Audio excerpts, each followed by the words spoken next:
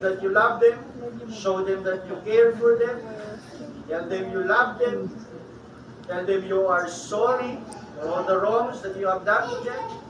Kayo may away, magpatid na kayo habang buhay pa. Amen? Because all opportunities will die kasama ng namatay. Okay? Parando, as I end this preaching, facing death confidently. Basahin ko po yung talata kong at yung opening text ko ulit.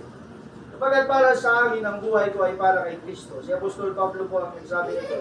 Kung mamatay man ako, kapakinabangan ito sa akin dahil makakapili ko na siya. Bakit po kaya nasabi ito ni Apostle Paul? Bakit kaya confident siya? For me to live is Christ, to die is gain.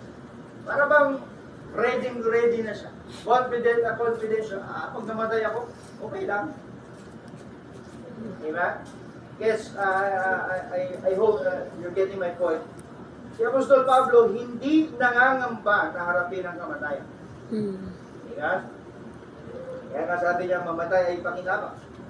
Unlike sa atin ngayon, maraming mga tao ang takot sa